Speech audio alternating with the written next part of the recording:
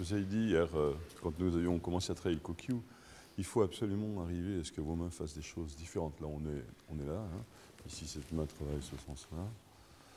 Elle travaille en rotation interne, vers l'intérieur, vers la profondeur, et puis ensuite elle revient. Il y a un mouvement qui est vertical, okay, et il y a un mouvement qui est horizontal. Un mouvement dans ce sens-là, et puis un dans ce sens-là. Okay. Et de l'autre côté, c'est l'inverse. Ici, c'est important que la main soit dessus, ici. Okay. Quand vous allez renverser, au moment où vous renverserez, il faudra qu'elle soit dessus pour que vous puissiez contrôler. Okay. Il ne faut pas que cette main soit pendante, libre. Donc si on regarde, les deux mains font des choses assez différentes l'une de l'autre. Okay.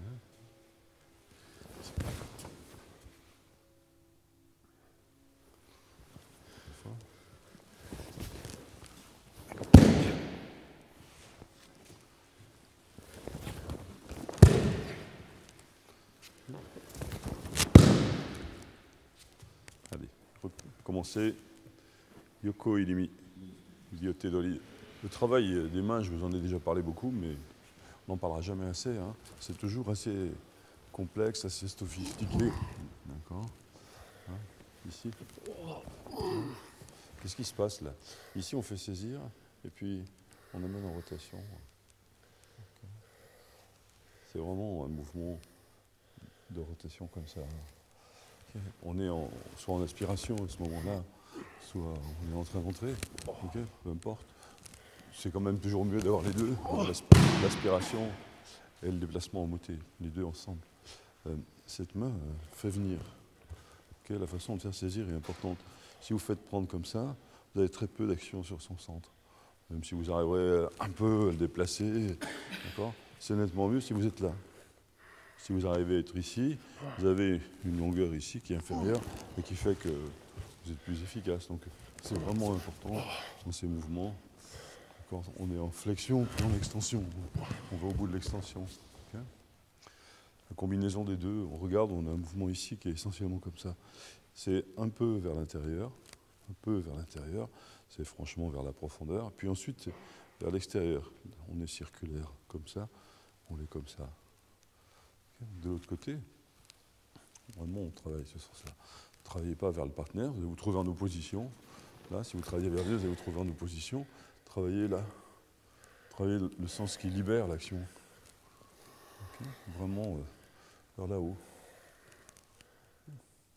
Dans cette position-là, on ne peut pas empêcher l'action ici. Tandis que là, vous êtes comme ça, vous êtes en franche opposition. Ici, le pouce a une certaine solidité, mais quand vous le travaillez, il vient en flexion. Okay. Après, il y a la question des deux mains. Il y a une main qui est franchement en homoté, et l'autre qui est en haut là. C'est yin-yang. Hein.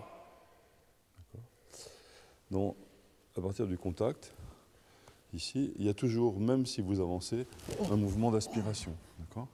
C'est important que le mouvement, même en positif, doit être fait dans une aspiration. Ne vous représentez jamais les techniques comme on part d'un point et puis on va là-bas.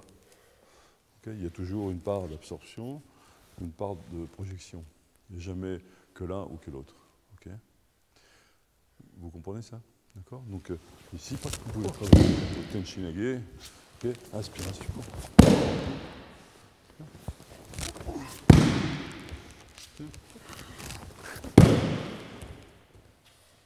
Allez. Bon, le Meguli, c'est un des aspects. Il y en a un autre qui est la façon dont les mains travaillent l'une par rapport à l'autre. Par exemple, c'est montré très souvent ça. Voilà. C'est-à-dire que ici, je laisse prendre. Et quand je laisse prendre, j'ai un Meguli qui met en place une rotation du bassin chez le partenaire et une extension. Voilà. Et pendant ce temps, j'enlève l'autre côté. Hop, hop. Okay. On pourrait faire l'inverse. On pourrait laisser prendre d'un côté et empêcher de prendre de l'autre. D'accord? Bon, ça, j'allais dire que travailler ce sens-là, c'est assez simple, assez connu, mais le contraire. Hein. Ensuite, bien sûr, on est limite. Okay. Ici, on peut travailler le Shionage Sankyo, travailler en illimé. De l'autre côté, On a une main qui travaille en interne, une main qui travaille en externe, une main qui passe par Oula et qui reste en Oula. Elle reste en côté Gaishi de l'autre côté. Ici, on travaille au moté. Oula au moté, les deux ensemble. Okay. Mais les possibilités sont très nombreuses. Par exemple, on donne la césure ici, puis on croise. Okay. Cette main, au départ, devrait être prise comme ça.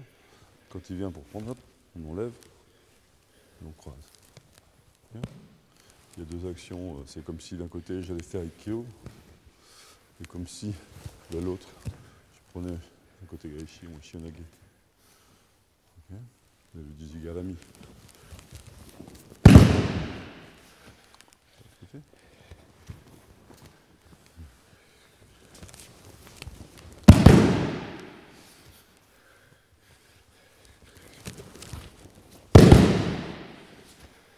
Allez, désolé, essayez.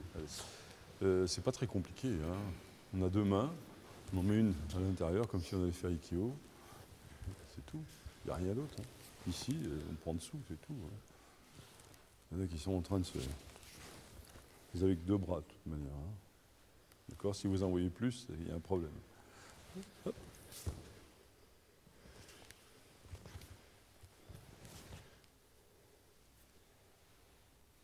C'est tout.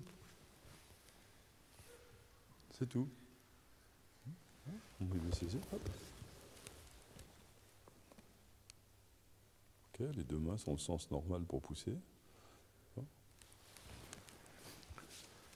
C'est bon? C'est clair? Parce que je vois qu'il y en a qui sont en train de mélanger. Sinon, ici, dans la façon de donner, vous avez des choix. Ici, par exemple, la flexion de cette main vous donne la possibilité de saisir ici. C'est important de ne pas faire ça, sinon vous centrez toute la force contre vous, et sur là où vous allez travailler, pof. Okay. Là aussi, c'est divisé. Alors là, on peut utiliser directement pour faire Shionage. Hein, ça n'a rien à voir avec le Jujigarami, c'est un double Shionage. Okay.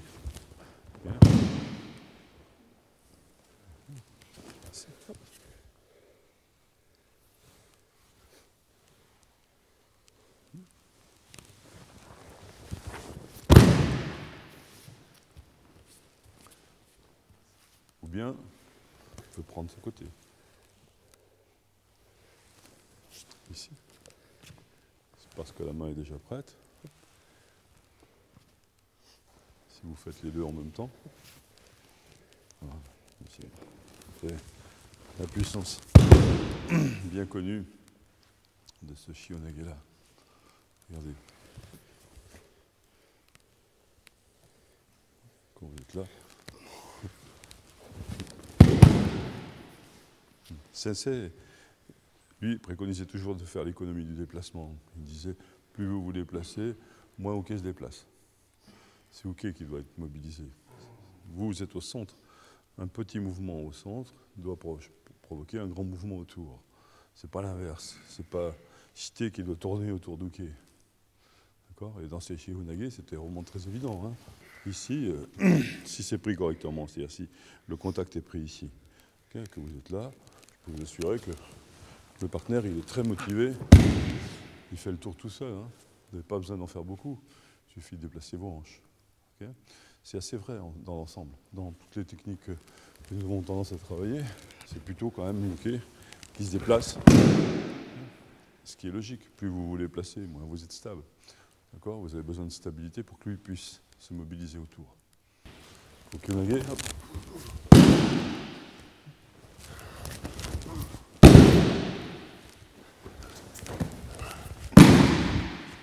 Là, vous pouvez utiliser d'un côté, c'est bon. Ici, rotation, saisie.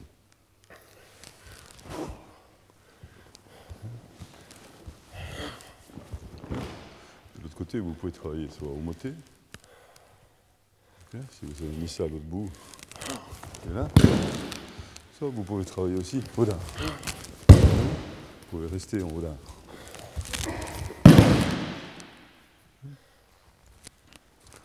Ensuite, ici, cette main va travailler là. Comme ça.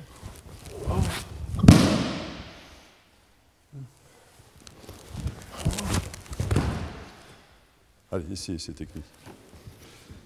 Certains, ici, font un peu comme ça avec la main extérieure. Vous ne pouvez pas monter cette main comme ça. D'abord, vous ouvrez le coude, donc ça, c'est forcément pas bon. Hein. L'aisselle ouverte, vous êtes faible, hein, toujours. La puissance, c'est toujours l'aisselle fermée, de manière à ce que la force des hanches soit transmise. Mais la main, on va changer peut-être d'axe. La main à l'extérieur, comme ça, elle ne montera jamais là, comme ça. Okay, c'est là qu'il prend, il appuie là-dessus. C'est important, déjà que la saisie soit bien placée et qu'ensuite vous travaillez en rotation. Okay, je ne suis pas en train de monter, je ne suis pas en train de repousser son bras, je mets moi en rotation. Okay. Le travail, il se fait là, dans ce sens-là. Si vous deviez passer la main à l'extérieur, ce serait, comme on a vu hier, ce sens. Okay. Mais pas comme ça. Et surtout pas avec le bras ouvert. Hein. Mais ici, en plus, c'est faux, parce que s'il lâche, c'est lui qui est dedans, donc c'est lui qui frappe. Hein. C'est bien évident que dans toutes vos techniques, ici, vous devez quand même contrôler le centre. Là, il tient, parce que s'il lâche, c'est vous qui frappez. Vous êtes à l'intérieur. Donc vous n'avez vraiment pas intérêt à passer à l'extérieur. Pour être à l'extérieur, il faut être derrière. Là, oui. Là, maintenant, je contrôle son coude avec mon bras. Pour le risque, maintenant, il est là. Okay. Mais ce risque, on va faire dans le sens inverse. Okay. Ce risque, il est contrôlé à ce moment-là par le coude. Là, je contrôle son coude. D'accord. Il ne vient pas parce que je contrôle. Dans ce cas-là, ça peut avoir du sens, mais il faut que je sois derrière. Si je suis devant, ça ne va pas. Si je suis ici, ça ne va pas du tout. Déjà, on ne peut pas y aller comme ça. Okay, on ne peut pas. Cette main libère l'autre. Ça veut dire quoi? Ça veut dire, quelle que soit la technique, la façon de faire. Si je suis pris ici, c'est difficile là.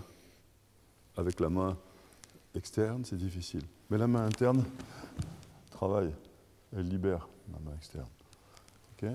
Si on regarde ici, pour l'autre technique, c'est la même chose. Si je voulais aller faire ça directement, là, comme ça, c'est difficile. D'accord? Mais c'est cette main-là qui libère celle-ci. Okay. D'accord? Donc, quand je fais cette technique-là,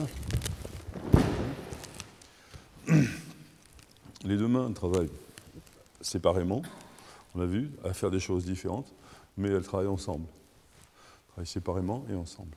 Okay? C'est important, ça.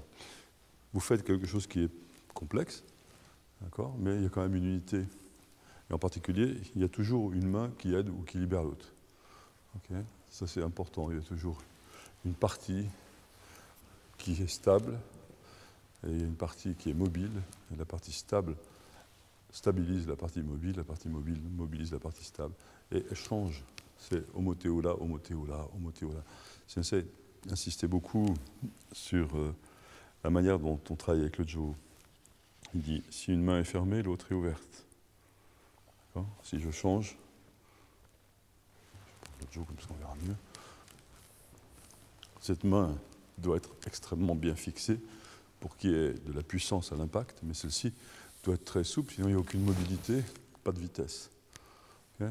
Je fais un fully-komi, même chose. Ici, c'est important que ce soit très tenu, il faut que ce soit ouvert ici. Mais si de fully-komi, je vais par exemple contrer en Osae, je fixe ici, j'ouvre là. Okay, de manière à pouvoir créer le déplacement. Maintenant qu'il est fait, je ferme ici, j'ouvre là. Okay, vous comprenez? Dès que j'ai fixé en bas, j'ouvre en haut. C'est toujours comme ça. Okay, donc, on pense simplement ces actions-là, hop. Okay. Constamment, les mains changent de rôle. Il y en a une qui assure la stabilité, l'autre la dynamique, la mobilité.